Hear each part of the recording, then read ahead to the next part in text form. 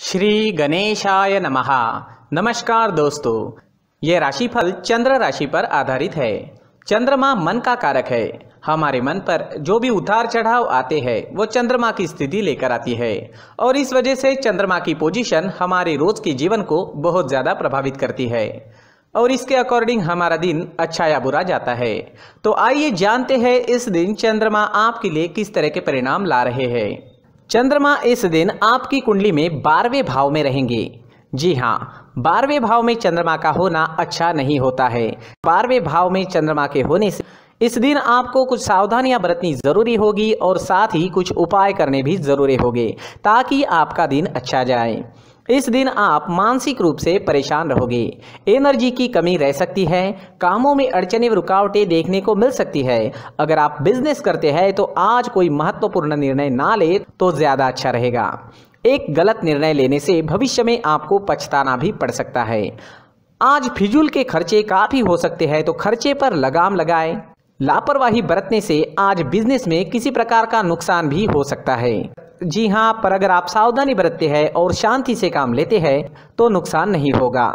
आज आपको बिजनेस संबंधी यात्राएं करनी पड़ सकती है, लेकिन यात्राएं करने के लिए समय ठीक नहीं है।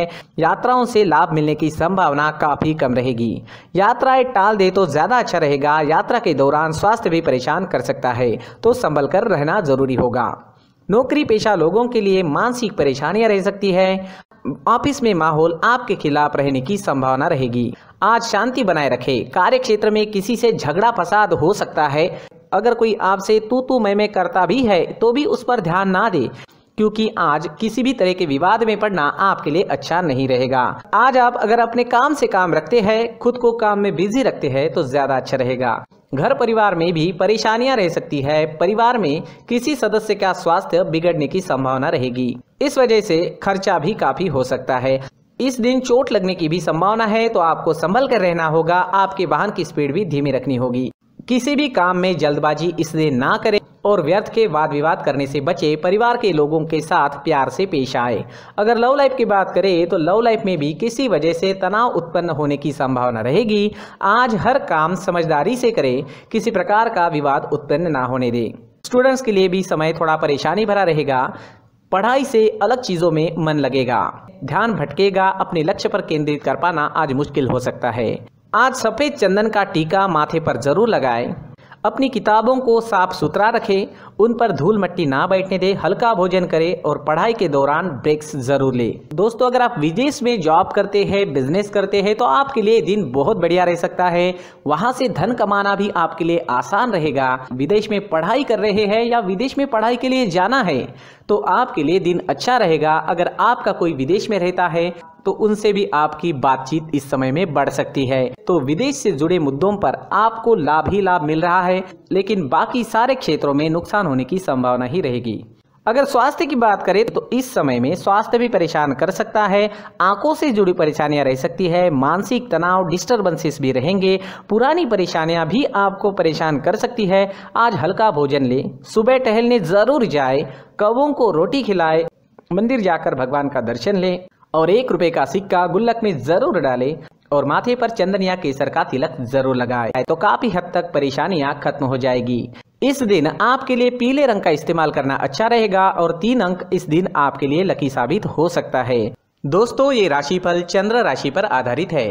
कभी कभी हमारी पर्सनल कुंडली में बाकी ग्रहों की पोजीशन कुछ इस तरह की होती है कि आपके राशिफल परिणाम में बदलाव दिख सकता है। इसलिए राशिफल को एक मार्गदर्शन के तौर पर लिया जाए तो ज्यादा अच्छा रहेगा। नमस्कार दोस्तों, व्यक्ति को अपने जीवन में सफल होने के लिए मेहनत के साथ साथ भाग्य का साथ होना भी बहुत ही आवश्यक होता है। अगर व्यक्ति का भाग्य उसका साथ देता है तो कम मेहनत में ही अधिक सफलता प्राप्त होती है।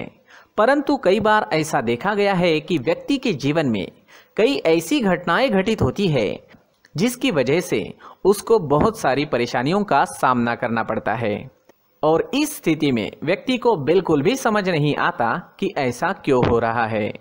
दरअसल आपके घर में ही कुछ ऐसी चीजें होती है जो हमारे भाग्य को प्रभावित करती है, हमारे जीवन को प्रभावित करती है और उन चीज़ों के आसपास होते हुए भी हमें वो चीज़ें नज़र नहीं आती। वह चीज़ें हमारे चारों तरफ एक अजीब सा घेरा बनाकर रखती है, परंतु हम उसको नहीं देख पाते।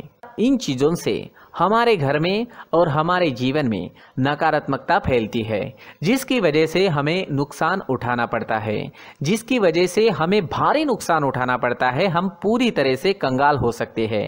दोस्तों, काफ़ी लोगों को इस तरह की आदत होती है, कहीं से भी बाहर से आते हैं, कहीं भी जूते चप्पल फेंक देते हैं, कहीं पर भी उतार देते हैं। कुछ लोग तो घर के एंट्री के मेन डोर के सामने ही जूते या चप्पल डायरेक्टली उतार देते हैं। दोस्तों, ध्यान रखें, जूते चप्पल हमेशा साफ सुथरे रखें और उनको उनकी जगह पर रखें। उनके लिए एक स्थान बनाएं, उस स्थान पर रखें। अगर कोई व्यवस्था उनके लिए की है तो बहुत ही अच्छी बात है, वहां पर उन्हें रखें, साफ सुथरा रखें। जूते चप्पलों को उनकी जगह पर कुछ इस तरह से रखें कि वो देखने में भी अच्छी लगे। अगर वो चीजें देखने में अच्छी लग रही है तो फिर उनसे निगेटिव एनर्जी उत्पन्न होने की संभावना बिल्कुल भी नहीं रहेगी। साथ ही दोस्तों, एक और बात है जिस पर आपको ध्यान देना बहुत जरूरी होता है। हमारे घर के छत के ऊपर जिन चीजों का हमें काम नहीं होता है, उन्हें हम घर के छत के ऊपर रख देते हैं।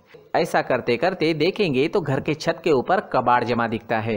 जी हाँ, जो चीजें हमें लगता है आगे जाके हमारे काम में आ सकती है, वो हम घर के ऊपर रख देते हैं, लेकिन वो चीजें तो काम में नहीं आती। हमारे जीवन पर वो चीजें बहुत ही गहरा निगेटिव इफेक्ट डालती है। इस वजह से घर के छत को पूरी तरह से साफ रखें, क्लीन रखें।